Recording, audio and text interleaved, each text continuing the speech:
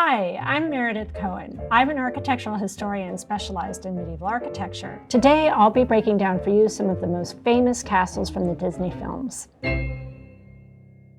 First up, we're going to look at the Queen's Castle from Snow White and the Seven Dwarfs, one of Disney's earliest movies made in 1937. On the left, we see the village. The little houses are sort of being completely overtaken by that huge castle up above. That kind of must allude to how scary, this evil queen was. This castle is based on the Alcazar of Segovia in Spain. It was in the middle of a civil war that was initiated and won by Francisco Franco, the dictator who took over Spain for many, many years. And that also may connote this evil dictatorial queen. So that's the inspiration for what we're looking at here. First thing that jumps out at me is really the silhouette and the towers. With a very triangular profile, what's interesting is that we have a kind of progression in time in this castle from early round arch gated opening to a keep, typical 1200, and then to these added turrets and towers, which really come into castle architecture when castles are being used more for residential and reception purposes. There's just a myriad and all these turrets and towers that give it a really magical feel and also elevated, give it this sort of uplifting vertical quality,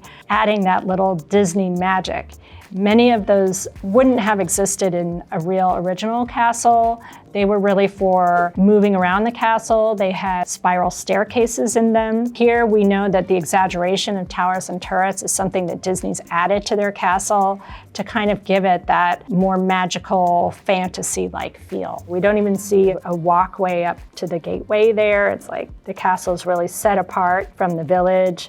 She's isolated, and then all this stone. They are usually on a craggy promontory like this, just so that they're visible from afar and so that they're isolated from any enemies. Very difficult to access. Makes it seem all the more kind of scarier. I noticed really small windows, some on the side here, and that's pretty accurate because generally castles don't have big windows. They're defensive structures. At most, they'll have what we call arrow loops, where you can fit your bow into and defend the castle from these thin arrow loops. This castle is based on a square inner core and is very compact. That's very typical for early castles that have evolved from towers or keeps, and these square ones are just a larger version of the castle keep. Disney was still figuring out its castle style, so they haven't quite coined all of the different elements in the typical Disney castle and in the Disney logo. Next, we're going to be looking at King Stephan's Castle from Sleeping Beauty. Here's what jumps out at me. I see a multi-turreted castle. This castle was inspired by the Bavarian castle Neuschwanstein, which was built by King Ludwig of Bavaria in the 1860s, almost neo-Gothic revival style. Gothic really was built in the 13th and 14th centuries, so he's building, 400 years later in the same style. Neuschwanstein shows a kind of nostalgia and a kind of romantic idealization of the past, and that's exactly what King Ludwig II was going for. He wanted to relive those glory days. He also wanted the castle to look very magical and special. Many of the towers have battlements with crenellations, and they're capped by finials that extend the eye upward into the skyline. These two turrets have a kind of brace in between them. In a structural way, could help them stand up. This tower in the middle here is articulated with tracery, and it's got wood battlements projecting out as opposed to stone ones.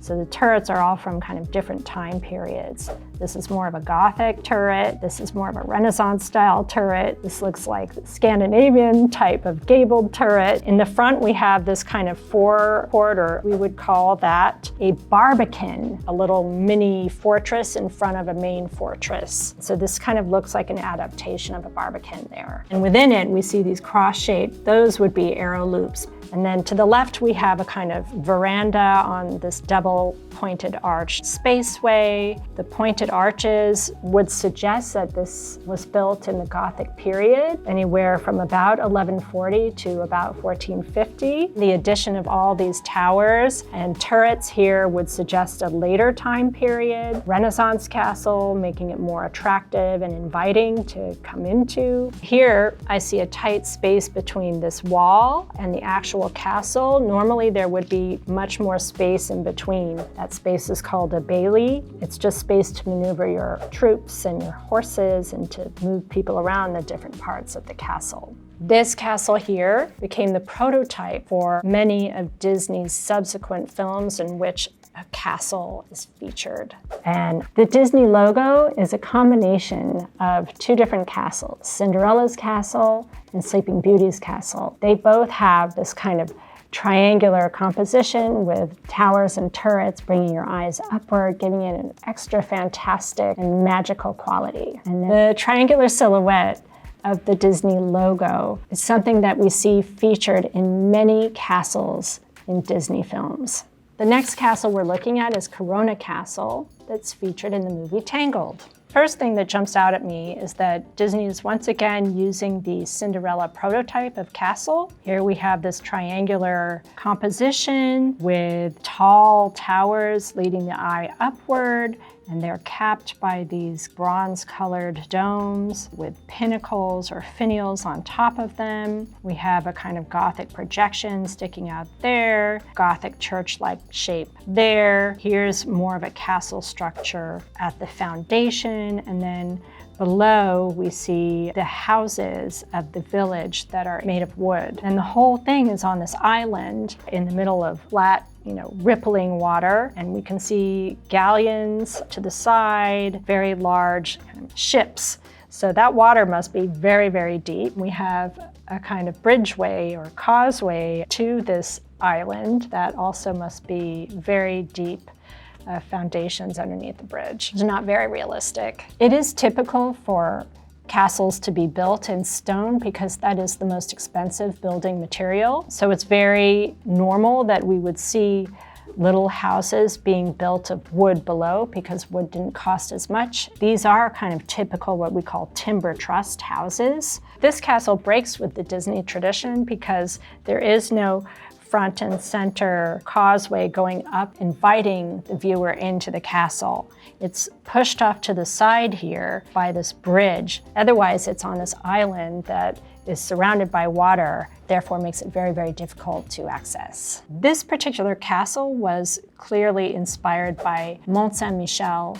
It's a little island off of Normandy in France. It actually was a Benedictine abbey founded in 708. Many different additions were made to the Abbey of Mont Saint-Michel, and the upper part of it today is a combination of Romanesque and Gothic features. So they're actually using a church as a kind of castle inspiration here. Mont Saint-Michel is so perfect for Tangled because it's an island. The tides go in and out, and you can only access this space twice a day in real life, Mont Saint-Michel, at low tide. Over time, Mont Saint-Michel became a prison in the 19th century, so that must refer in some way to Rapunzel, who was locked up in a prison, and then she would throw her hair out when she wanted her suitor to come meet her and then bring it back in. So it's like the tides going out and in were like Rapunzel's hair being thrown out and in. This castle is an excellent example of incorporating a structure into the story. Next up is the castle Dunbroch from the movie Brave. So this is a stone castle. What's interesting is that it actually looks very kind of run down and old. This suggests that this castle has been around for a really, really long time. This story, Brave, is actually supposed to be set in the 10th century, but we know that castles were only built in stone from the 11th century on. What's also a little bit odd is that if you're living in a castle, you don't let it fall into ruin while you're living in it. We have an entryway into this gatehouse Normally that would be a fortified gatehouse with a portcullis, which is an iron grill that can come down for defensive purposes here. And we have this kind of trodden path that looks kind of old and there's no closure. And then what are these stairs on the side and where do they go? They don't seem to go directly to the gatehouse. Here we're looking at a battlement, which is a corbelled out superstructure on the keep here. It's used for defensive purposes. It allows those who are on top of the battlement to throw stones, to defend themselves. We can see some crenellations, and a crenellation is that tooth formation where you have a merlin sticking up, and then the crenel is that low part. The merlin can be used as a kind of shield when people are throwing things at you from afar and you need to defend your castle. So you would hide behind the merlin, and then you would move into the crenel to throw your rocks or shoot your arrows. So this castle is very run down. We may refer to an aspect in the story where the four clans are at odds with each other and they need to be reunited and brought together. They're dysfunctional, like the castle. The family lives inside this keep here, and this one actually has 0 windows. And it's normal that a keep would have no windows because they're made for siege warfare. But there would be spaces for air, and there would be arrow loops so that people could defend themselves from inside. We do have this curtain wall and this open space within it for activities, repairing your horse spurs or workmen's stalls inside this area to prepare those to go out. This castle is said to be inspired by 2 real Scottish castles. Island Donan is one of them, and Donatar Castle. They're both very old castles with somewhat horizontal profile as this one has, with its gatehouse and the curtain walls and the keep on the left in this isolated position. This is the most realistic of the Disney castles I've seen so far. Let's take a look now at the Sultan's Palace in Aladdin.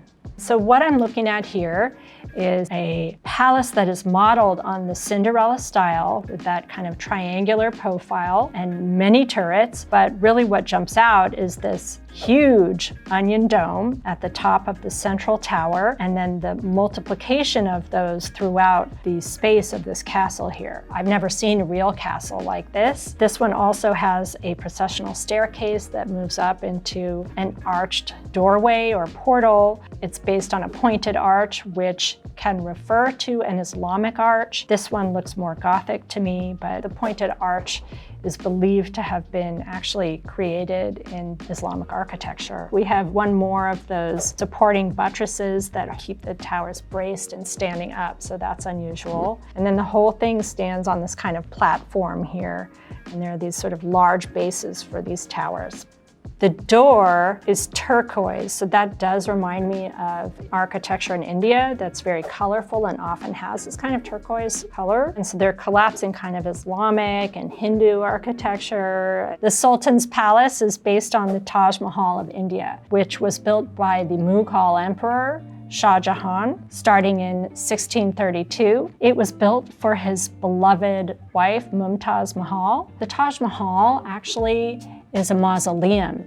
It's where her tomb lies and where his tomb lies as well. Sultan's Palace is a kind of caricature of the Taj Mahal. The Taj Mahal is made of white marble with inlaid different colored stones, super refined. And this one, it's hard to tell. Maybe they're alluding to the white marble of the Taj Mahal, but it kind of looks like, just stone plastered over. It's hard to know what the material of these onion domes are. They're alluding to bronze, having them be bronze domes, but then they're so exaggerated. I think that it's just too big and it would be too heavy, and it's very unlikely that the tower below could support this. And then you see some detailing here underneath that almost looks like a kind of Islamic bracelet with all that fine gold filigree work. But with these onion domes, it reminds me more of St. Basil's Cathedral in the Kremlin than it really does of the Taj Mahal, because the Taj Mahal really only has that one central dome. And it has 4 minarets, which are just towers to call prayers from. So these here aren't minarets at all. It really looks more like this kind of Russian Orthodox church architecture. So they're collapsing a lot of different cultures into one thing here. They do have a note in front of their film now acknowledging that it was made from a different time, and collapsing of so many different cultures into one thing would be considered offensive. It was Disney's first attempt to create a non-Western castle, and they really took some liberties here in the cultures they pulled from to make this a kind of magical and fantastic Disney castle. Let's take a look now at Arendelle from the movie Frozen. Again, that Cinderella prototype of that triangular composition of a castle, surrounded by walls here, an extension into a kind of jetty. The main castle inside has many gables. In the center, this would be a bell tower, capped by a kind of spire. Frozen is based off a kind of Scandinavian legend. This outer fortification structure is referring to Akerhus Fort near Oslo in Norway. And it does have vertical stone wall quality. The castle, the actual residence on the inside, this wood building, first of all, that we're looking at. So that's a real difference from all the other castles we've looked at. This one is wood. You can see the different timber trusses there, crossing vertically and horizontally. We have 3 gables ascending to that top bell tower. And that reminds me a lot of these Norwegian stave churches, such as the one at Borgund. Borgund is a stave church built of wood in the 1200s. It's extraordinary that it still stands today. A stave is a kind of wood panel that has interlocking grooves holding them together. And this hybrid structure is the combination of the fortress, and then they've adapted the church structure as a kind of fantastic looking palace on the inside. They do that because churches are often the most exciting architecture in the Middle Ages. They're the most beautiful. And Scandinavia, or in Norway, they are very breathtaking. This window here, made as a kind of triangle, and it has some ice tracery on the inside there. That's not at all accurate. And this long wall is very unusual. It almost reminds me of the Great Wall of China that goes over all the hills and valleys. So that's unusual. A wall would demarcate territory, and it's also there for defense and safekeeping, right? To keep people inside or to mark a boundary. This wall is more like a rampart. It almost looks like you can walk in between those 2 edges there, and then it has a tower. I'm not really sure what the function is. It's just adding to this kind of, fantastic setting. Another view of Arendelle has us looking at a very symmetrical curtain wall with a gate in the middle of it and a processional route going straight up to it. It's very unlike a medieval castle, which is a defensive structure and would not want people just processing straight into the middle of it. So the Scandinavian architecture that we're looking at here reflects the origins of this story, which is a Scandinavian myth. So those are the architectural details I noticed in the Disney castles. Let me know what you think in the comments.